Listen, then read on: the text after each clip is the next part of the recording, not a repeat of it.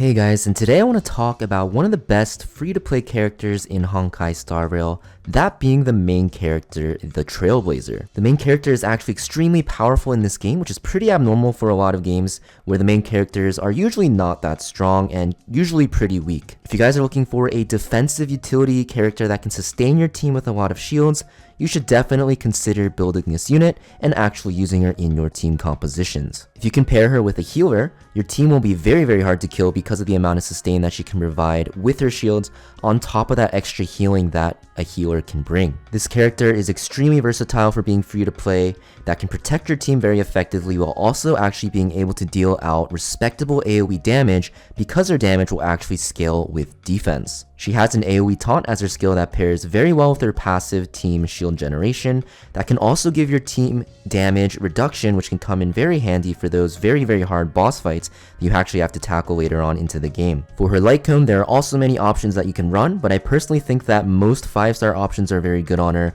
and for free to play 3-star options, you will want to run defense or amber as your go-to choices. I've had the most success with these 3-star light cones on her previously. For Relics, you will want to run her on the Knight of Purity Palace set to increase her defense, which will also in turn increase her damage because, like I said before, her damaging abilities will actually also scale with her defense, so you're getting 2 in 1 here with tankiness and damage in this set effect. For stats guys, try to focus on defense percent, especially for the chest and boots. You want to aim to get main stat defense percent here because it'll give you the biggest boost in your defense, which will in turn, like I said, increase her damage by a large margin. For her ornaments, you will want to try to run her on Belobog of the Architects, as it will also increase her defense as well, and you want to try to aim for defense percentage on these pieces as well. For the ornaments guys, don't stress too much in the early game about the set pieces, as long as you actually get defense percent on the main stat, or if you just have random pieces and get a random set, that is okay too. You can worry about this later on into the game because ornaments in the early game are pretty hard to come by. For her traces, like most other units, you'll want to upgrade these as you can, but I highly recommend rushing for the strong defend the weak trace,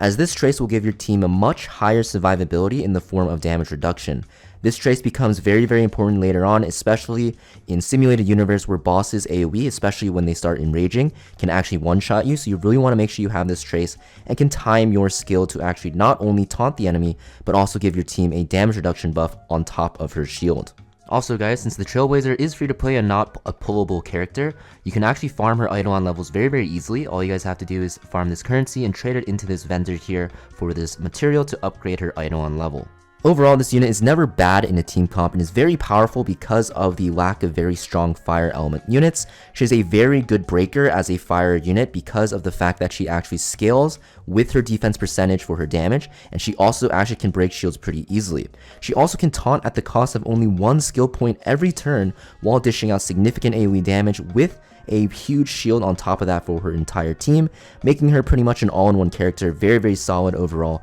as a preservation unit, and in my opinion the best preservation unit in the game right now besides maybe one other unit. For a good team composition around her, I would recommend running her alongside a healer in either a utility unit and a DPS unit, or just 2 DPS units. If you guys don't already have her built yet, seriously guys, go and build her right now. She's not like the main character of Genshin guys, she's actually very powerful, and she's one of the best tanks in the game, and in my opinion is the best free to play unit in the game currently because of how versatile she is. I think she will not really get power crept in the near future because of the fact that there aren't really any new tanks coming out for a long while, and the fire element is very lacking right now, which will make her very strong, and she'll also be able to transform into different forms later, making her a good investment whenever. That being said, I hope this video helped you out guys, and I'll see you guys next time.